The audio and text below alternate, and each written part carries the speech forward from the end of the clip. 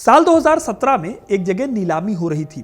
इस नीलामी में एक नोट था, 100 रुपए का नोट। ये नोट बेहद खास था और सबने सोचा था कि इस नोट की कीमत से कम 3 से 4 लाख रुपए मिलेंगे। लेकिन जब नीलामी खत्म हुई तो सब हैरान रह गए, क्योंकि इस नीलामी में नोट की कीमत 3, 5 या 10 लाख नहीं बल्कि सीधे 41 लाख रुपए पहुंच गई। 100 रुपए का ये नोट था इंडिया का, लेकिन इस्तेमाल होता था हज यात्रा के दौरान। सिर्फ यही नहीं, 1965 तक भारत में रहने वाला कोई भी शख्स आराम से यूएई, कुवैत, बहरीन, ओमान और कतर में भारत के नोट लेकर जा सकता था। यहाँ तक कि इन देशों की करेंसी भी इंडियन रुपया थी और ये नोट भी इंडिया ही छापता था। सोच कर देखिए कि आज भी अगर इन देशों में इंडियन करेंसी चल रही होती तो हमारा रुपया दुनिया की सबसे बड़ी करेंसी होता। लेकिन फिर कुछ ऐसा हुआ कि इंडियन रुपया को इन देशों में बंद करके अपनी अपनी करेंसी लानी पड़ी। आज मैं आपको बताऊंगा ये बेहद क्यूरियस केस कि कैसे इंडिया मिडिल ईस्ट के देशों का सेंट्रल बैंक बना हुआ था और आखिर क्या ऐसे रीजन थे जिनकी वजह से ये नोट बंद करने पड़ गए। तो वीडियो को इन तक जरूर देखिएगा दोस्तों, क्योंकि अपना इतिहास नहीं जानोगे तो खुद को कैसे पहचानोगे। दोस्तों, इतिहास में जाएं उससे पहले हज नोटों के बारे में मैं आपको कुछ बता देता हूं, बाकी डिटेल में इसके बारे में आपको आगे पता चलेगा। तो 1959 में भारतीय रुपया ही वहां पर चल जाया करता था, लेकिन फिर 1960 के दशक में आरबीआई ने मक्का और मदीना में जाने वाले तीर्थयात्रियों के लिए एक खास नोट जारी करने शुरू किए। ये नोट 10 और 100 रुपए के नोट थे। इन नोटों की खासियत थी कि इनके फ्रंट पेज पर हज लिखा होता था। इनके सीरियल नंबर HA से शुरू होते थे। इन नोटों को सऊदी अरब जाने के बाद रियाल से बदला जा सकता था, जो कि सऊदी की करेंसी थी। रेलवे में काम करने वाले हाजी सिद्दीक मोहम्मद स्क्रोल को एक आर्टिकल में बताते हैं कि उन्हें भारत की हज कमेटी ने जेद्दा जाते वक्त ये हज नोट दिए थे। ऐसे ही और भी कई लोग हैं जिनके पास आज भी ये हज नोट रखे हुए हैं। लेकिन सवाल ये है कि इन नोटों को आखिर चलाया क्यों गया, जबकि रुपया तो पहले से ही वहां चल रहा था। तो इसका जवाब यह है कि इन नए हज नोटों के जरिए भारत की एक बड़ी प्रॉब्लम को सॉल्व किया जा सके।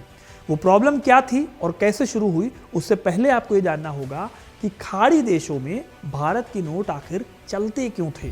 दोस्तों, अगर आप किसी को आज ये बताएंगे कि हमारे देश की नोट किसी और देश की भी करेंसी थे, तो शायद बहुत सारे लोग इस बात पर यकीन नहीं करेंगे, लेकिन ये सच है। 1960 के दशक तक संयुक्त अरब अमीरात, कतर, बहरीन, कुवैत और ओमान जैसे देशों ने भारतीय रुपयों को अपनी ऑफिशियल करेंसी के रूप में इस्तेमाल किया। इस दौरान आरबीआई ने स्पेशल नोट जारी किए जिन्हें खाड़ी नोट या फिर गल्फ नोट कहा जाता था। इसके पीछे भी एक दिलचस्प कहानी है और कहानी जुड़ी है हमारे देश की गुलामी से। असल में जैसे कभी हम अंग्रेजों के गुलाम थे, वैसे ही साल 1763 से 1970 तक लगभग 200 सालों तक ब्रिटेन ने मिडिल ईस्ट के इन देशों पर भी अपना कब्जा करके रखा। जब तक मिडिल ईस्ट में तेल नहीं मिला था, तब तक ये देश कोई बहुत एडवांस देश नहीं थे, बल्कि यहाँ भी बड़े पैमाने पर गरीबी हुआ करती थी। यहाँ इकोनॉमिक एक्टिविटी के नाम पर खजूर और ऊंट बेचे जाते थे। मछली पकड़ने और मोतियों के व्यापार का यहाँ पर काम होता था। जब ब्रिटेन ने इन देशों पर कब्जा किया तो उन्हें महसूस हुआ कि इन जगहों के लिए अलग अलग अगर नोट छापेंगे तो उससे ज़्यादा खर्चीला काम हो जाएगा। इसीलिए उन्होंने भारत के रुपये को ही इन देशों में इस्तेमाल करना शुरू किया।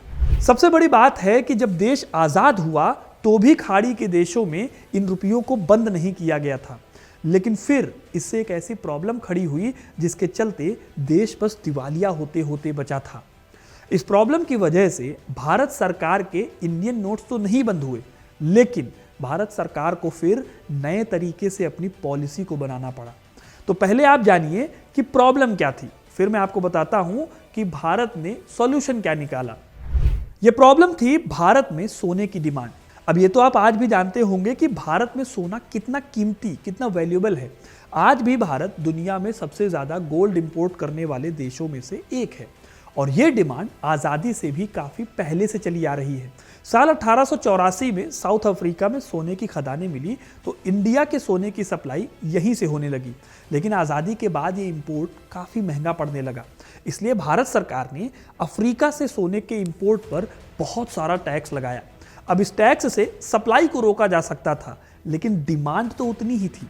इसके चलते भारत में बड़े पैमाने पर स्मगलिंग शुरू हुई। ये स्मगलिंग ज़्यादातर होती थी इन्हीं गल्फ देशों से, क्योंकि मिडिल ईस्ट में सोना सस्ता हुआ करता था। तो इंडियन करेंसी लेकर लोग जाते थे इन देशों में, फिर वो मिडिल ईस्ट में बहुत कम दामों पर सोना खरीद लेते थे। इसके बाद स्मगलिंग के थ्रू ये सोना भारत आता था और बहुत महंगे दामों पर इस सोने को भारत में बेच दिया जाता था। ये स्मगलिंग 1957 से 58 के बीच बहुत खतरनाक हो गई थी। इसका अंदाजा आप ऐसे लगा सकते हैं कि 1959 में रिजर्व बैंक ऑफ इंडिया की रिपोर्ट में पता चला कि करीब $92.4 मिलियन का गोल्ड स्मगलिंग के रास्ते भारत लाया जा चुका था। इस तस्करी की वजह से भारत के फॉरेन एक्सचेंज का रिजर्व खत्म हो रहा था। अगर सही टाइम पर इस बारे में कुछ ना किया जाता तो शायद देश सोने की स्मगलिंग के चलते ही दिवालिया हो जाता। इस हालत में इंडिया को तुरंत कुछ ऐसा फैसला लेना था, इसलिए उस टाइम पर फाइनेंस मिनिस्टर मोरारजी देसाई और गवर्नर HVR अयंगर ने अपनी मीटिंग्स शुरू की।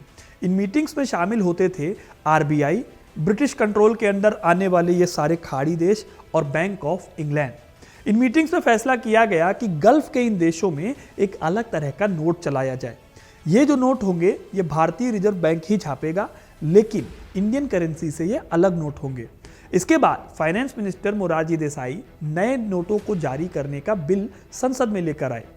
1 मई 1959 के दिन ये बिल पास हो गया और इन नोटों को नाम दिया गया गल्फ रुपया। ये नोट सिर्फ दिखने में अलग नहीं थे, बल्कि इन नोटों को इस्तेमाल करने के लिए नियम भी दूसरे बनाए गए थे ताकि स्मगलिंग को रोका जा सके। नए कानून के हिसाब से जल्द नोट बदले जाने थे, जैसे कि 2016 में नोटबंदी के दौरान हुआ था।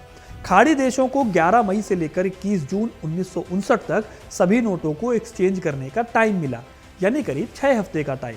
उस टाइम पर 30 से 50 करोड़ रुपए के आसपास के नोट खाड़ी देशों में चल रहे थे, इसलिए जल्दी ही आसानी के साथ एक्सचेंज का काम पूरा हो गया और जो नए नोट थे वो खाड़ी देशों में इंट्रोड्यूस कर दिए गए। खाड़ी के ये नोट ठीक वैसे ही थे जैसे कि इंडियन रुपए होते हैं, लेकिन ये थोड़े से अलग नोट थे। जैसे कि इन नोटों के रंग अलग अलग होते थे। इन नोटों में Z सीरीज के नंबर लिखे गए थे। सबसे बड़ी बात है कि ये नोट सिर्फ खाड़ी देशों में चलते थे, ना कि भारत में। इस तरह से अरब देशों में सोने की स्मगलिंग कम से कम इस रास्ते से तो बेहद कम हो गई। इसी टाइम पर हज यात्रा के लिए भी नोट जारी किए गए, जिनकी कहानी मैंने आपको वीडियो की शुरुआत में बताई थी।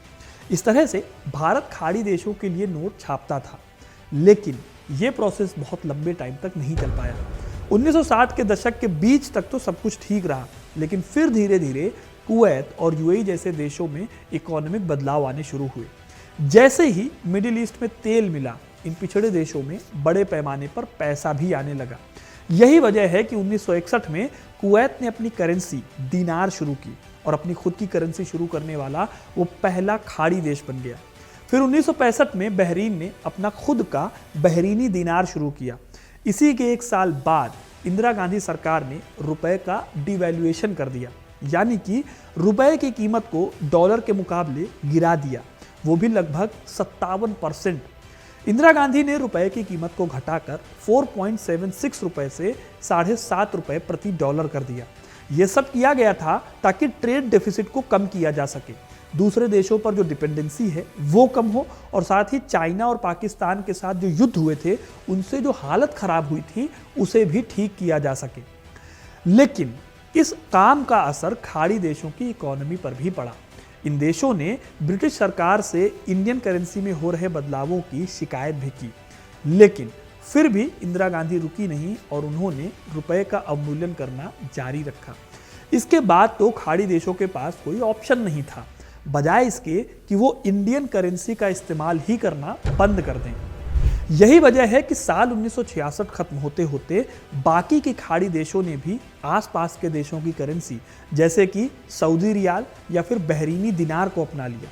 फिर खाड़ी के रुपए और हज के नोट भी यहाँ पर चलने बंद हो गए। इस तरह से दोस्तों एक पूरा दौर खत्म हो गया जब भारत के नोट रूल करते थे मिडिल ईस्ट पर। तो दोस्तों ये थी कहानी कि हज वाले ये रुपए कौन से थे और कैसे खाड़ी देशों में इंडियन रुपया चलता था। आपको ये कहानी कैसी लगी कमेंट करके ज़रूर बताइए। अगर आपके आसपास किसी के पास भी ये हज नोट है तो भी हमें कमेंट करके ज़रूर बताइएगा। वीडियो को लाइक और शेयर करना ना भूलें और ऐसी इंटरेस्टिंग कहानियों के लिए, इतिहास से जुड़े रहने के लिए हिस्ट्री कनेक्ट को सब्सक्राइब ज़रूर करें। धन्यवाद।